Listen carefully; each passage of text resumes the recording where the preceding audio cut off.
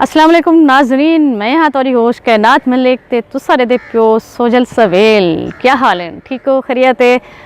यकीनन आज तोरी सोजल सवेल जरी है ये खूबसूरत सवेल कराना से जनाब मैं एक बाग चाहिए वधियाँ और ये जामपुर का एक खूबसूरत बाग है जिदे तरह तरह के पौधे भी हैं ते दरख्त भी हैं। साढ़े वसेब के जड़े दरख्त हैं ते जड़े पौधे हैं वो अज अस तुहाडे को दसेसूँ। ये चिट्टे फुल्ल सही दे प्यो ये खूबसूरत चिट्टे फुल्ल हैं जनाब और मेरे को बड़े पसंद हैं क्योंकि वादा हज ते वेंदे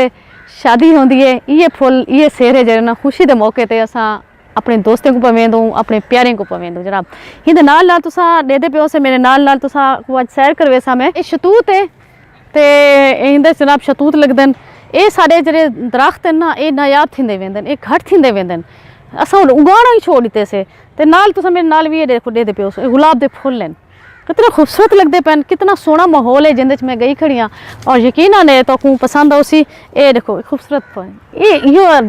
जरा ना जन्नत के नज़ारे में ऐसा कि सारे सोहने सोहने फुल हैं फल हैं इवें मैं तो जी मैं ब्याह तो दसेंदी वजा कि मेरे नाल मजीद जरा ना इतना क्या क्या है इतना जनाब देख सो तुसा तो मेरे पिछू ये वड्डा सारा जम्मू है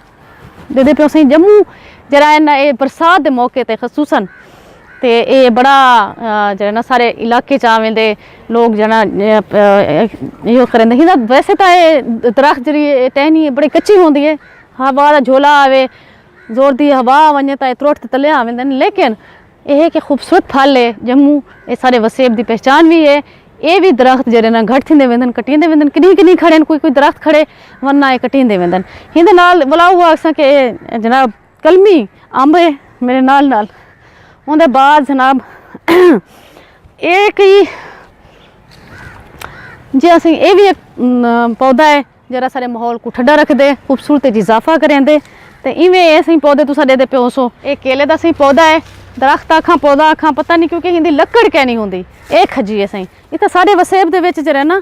खजियां जरा ना ये हिंदे गाचे होंदन गाचे कटते देहात दे जरा भेणी होंदन जरा बुजुर्ग होंदन खवातीन जिन्हें अपने फसलें के कमें चों अपने घर के कम चों फारिग थी ते उन्हें तो रेस्ट का टाइम होंदे ते वो हिंदे पट ते बूतरे सुकेंदन सुका ते उनको रंग दी वेंदन बाद फाइमें भी होंदन वाल हिंदे कंजेरियां कंजेर बनेंदन छब्बियां बनेंदन मुसल्ले बनेंदन तडियां बनेंदन ते हुंदे वास्ते रोजगार का जरिया बढ़दे। अच्छा ये नींबू है सही ते गर्मियों के खसूसन जरा असां बाहर वेंदूं पसीने को पगरो पानी लू होंदे तो वाल नींबू वाला पानी बड़ा तो पीनू तो ताजगी सारे अंदर आंदी है। जी नाजरीन तुसा दे प्यो सो ये जनाब अनार है ये अनार है लेकिन मैं पटेसा कहना है ये बगैर परमिशन के गुनाह होंगे इजाजत गिनते खावनी चाहिए शायद लेकिन ये वैसे खूबसूरत लगते पे और दे प्यो नाल अनार ते खूबसूरत तरीन फुल भी हैं जनाब अमरूद के बेतहाशा फायदे हैं तो पता है प्या ये फल भी है तो ये जो लोग लहेंदे और इन्हें वास्ते रोजगार का जरिया भी बढ़ते जे तक खवातीन जे तक औरतां सारे भेणी सारे बाल सारे बुजुर्ग खवातीन जे तक मेहंदी ना लावें तो उन्हें दी जरा ना ईद पूरी होंदी है ना शबरात पूरी होंदी है तो ना जनाब कोई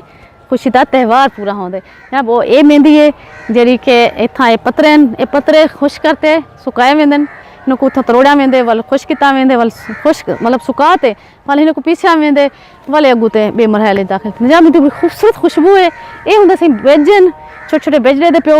जनाब बिल्कुल ये दे बेजरे दे प्यो और ये फूल में सही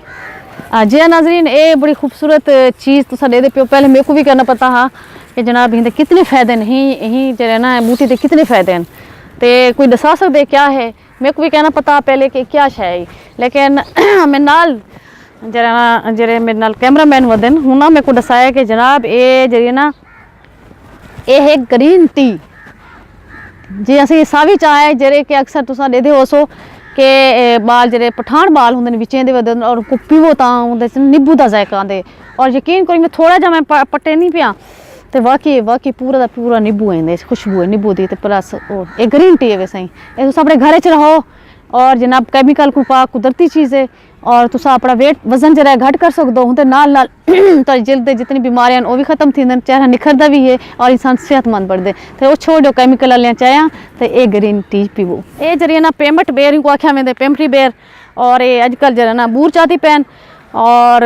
छोटे छोटे बेर भी थे पैन अगर तुसा देखो ना गौर करे सो तो ये निकड़े निकड़े बेर भी थे पैन पेमेंट बेर ही पादन वड्डे बेर सिराई जरा जरा वो दरख्त है जरा कि मैं बचपन दे विच भी जरा ना असीं तो बड़ा खेदे मूंह ते चढ़ वेंदियां मी लुका छुपड़ होंदा ही भला तू टप्पा मरेंदे आसे ते थल्ले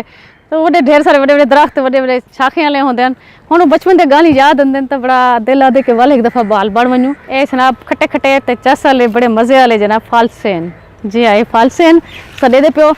इस इंदे ते ए देखो फल थी वाला यकीनन फूल थींदे पैन ते फालसे जरा थीसे ते भला जरूर था उस खावण वास्ते तोक भी सॾे सां घरें दे विच अपने महल्ले दे विच अपने स्कूलें विच अपने इर्द गिर्द दे माहौल दे विच दरख्त जरूर लैसो जितनी भी थी सके अपने सदका जारिया भी है माहौल को ठंडा भी रख दे और बारिश का भी पास बरसी ताकि सारा